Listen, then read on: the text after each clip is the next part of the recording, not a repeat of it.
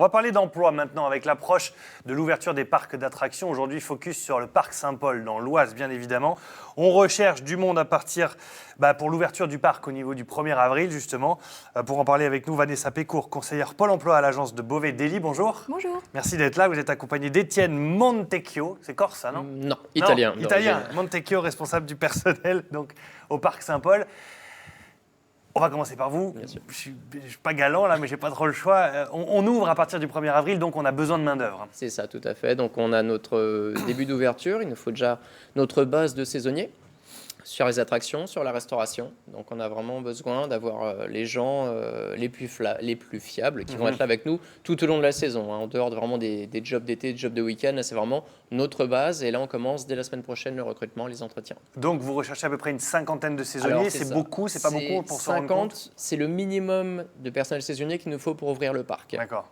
En sachant que si maintenant, contrairement à l'année dernière, il fait beau tout de suite et qu'on a besoin d'ouvrir des stands de glace, de renforcer la restauration, on va monter tout de suite à une centaine de personnes sur le parc pour pouvoir ouvrir. Donc vous imaginez bien qu'avec le jeu des remplacements, on monte déjà à 120, 150 personnes. Et avec l'été, on va arriver sur 200 personnes à peu près. Très bien. Et du coup, vous travaillez main dans la main avec le Pôle emploi, notamment l'agence de Beauvais-Delhi. Vanessa, c'est une sacrée opération, j'imagine, pour vous, parce que c'est toute une politique de recrutement avec des spécificités? Oui, tout à fait. Donc en fait, nous, on a plusieurs objectifs par rapport à ce recrutement en nombre, puisqu'il y a beaucoup de postes. Donc en fait, on essaie d'abord d'anticiper les besoins de l'employeur en le rencontrant, en essayant déjà de connaître ses besoins. Ensuite, on pratique surtout de la promotion de profil, c'est-à-dire qu'une fois que les besoins sont fixés, on propose des candidatures au parc avec selon ses critères. Et puis, bien entendu, notre dernier objectif, c'est de satisfaire le parc, donc de lui proposer tout au long de la saison des profils adaptés à ses besoins. Et voilà, c'est de cette façon dont on travaille avec le parc. Alors du coup, vous mettez l'accent sur quel type de spécificité? Si vous nous regardez et que vous dites, tiens, moi ça m'intéresse d'aller travailler dans un parc d'attractions, notamment celui du parc Saint-Paul, il faut quoi?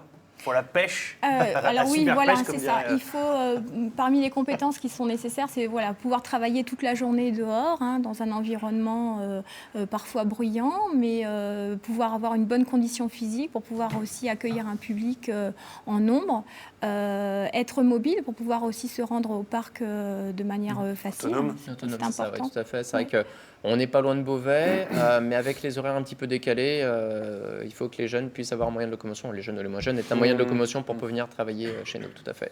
Il faut quand même de l'endurance, il faut avoir une certaine énergie pour animer, il faut toujours être souriant. C'est vrai qu'en fin de journée, il y a de la fatigue qui se fait. Il y a quand même pas mal de choses dans le parc. On a affaire à une grande clientèle, il ne faut pas avoir peur de la foule. L'avantage chez nous, c'est qu'on peut prendre des débutants. C'est vrai qu'on forme les gens sur les postes de travail. Ah oui. Donc vraiment, la principale qualité qu'on demandait chez la personne qui va candidater chez nous, c'est d'être vraiment, tout de suite, on voit s'il y a un sourire, s'il y a une facilité d'élocution, ça va aider, effectivement. Après, quel que soit le poste sur lequel ils vont être, Alors, c'est-à-dire qu'il y aura dans tous les cas, oui, effectivement, à part vraiment des métiers très ciblés comme la sécurité, le secourisme, là on demande des gens qui ont déjà des diplômes et de l'expérience. Sinon, que ce soit restauration, c'est de la restauration rapide ou les attractions. Les attractions, c'est quand même pas un métier qu'on trouve partout, donc on est obligé de former bien évidemment nos nouveaux opérateurs. Et il y aura dans tous les cas, même quelqu'un qui a l'entretien, il y aura toujours la relation avec le public. Ils sont vraiment au milieu du public, donc il faut des gens qui soient quel que soit le tout travail. Tout à fait. Alors du coup, vous avez dû décliner en plusieurs thématiques. Pilote d'attraction, chargé d'accueil, employé de restauration, caissier, cuisinier, secouriste, agent d'entretien. Il y a à peu près combien de types de métiers possibles et disponibles, on va dire? Alors, je pense à peu près une dizaine, si on regroupe tous les métiers. Voilà. Pour l'instant, l'accent est surtout mis sur les pilotes d'attraction et les employés de restauration. Donc, on se concentre essentiellement là-dessus. Donc, des offres ont été créées sur le site du Pôle emploi. On peut également les retrouver sur la page Facebook du Pôle emploi à Beauvais-Delhi. Donc, on va se concentrer dans un premier temps sur ces profils-là. Donc, si effectivement les candidats postulent sur ces offres, on va orienter les CV au parc qui les recevra pour un entretien. Ce qu'on appelle pilote d'attraction, parce que c'est un mot-clé aussi pour rechercher un peu sur Internet et sur la page Facebook ou sur le site de Pôle emploi. Ce sont ceux qui manipulent le manège, c'est ça? Alors, donc, c'est effectivement les gens qui sont chargés de faire fonctionner leur attraction, de la mettre en route le matin.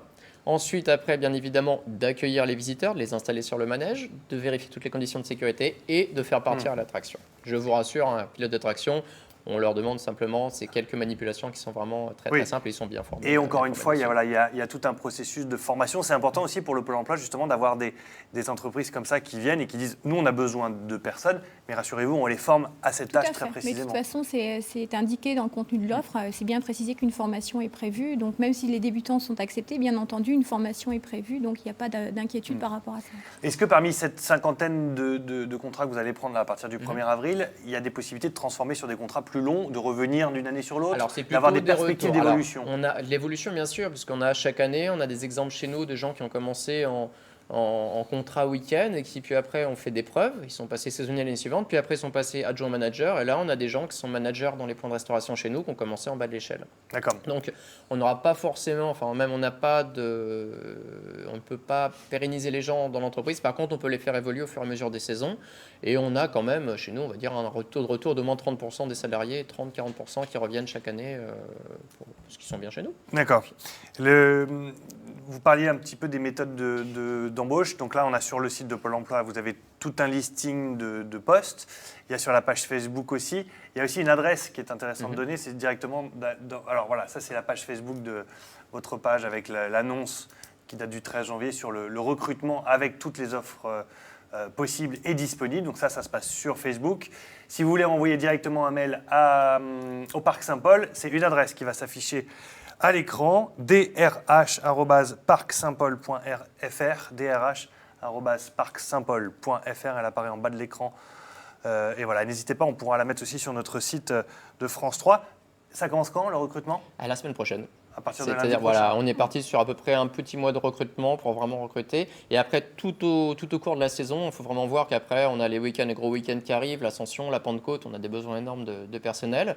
Et puis juillet, août, où là, on a besoin des remplaçants, parce qu'on est ouvert 7 jours sur 7. Très bien. Merci à tous les deux Merci d'être beaucoup, venus en tout nous cas, donner merci envie d'aller vous rendre visite et d'aller voir un petit peu tout ce personnel formé. Le site internet, justement, de... Le site internet du Parc Saint-Paul, Du Parc aussi Saint-Paul. www.parcsaintpaul.fr, où il y a aussi les annonces. Il y Et... a un onglet recrutement où les gens pourront aller pour faire les Ah, annonces. c'est le format tablette, c'est pour ça qu'il est un petit peu... il est très technique, ce site. Merci beaucoup.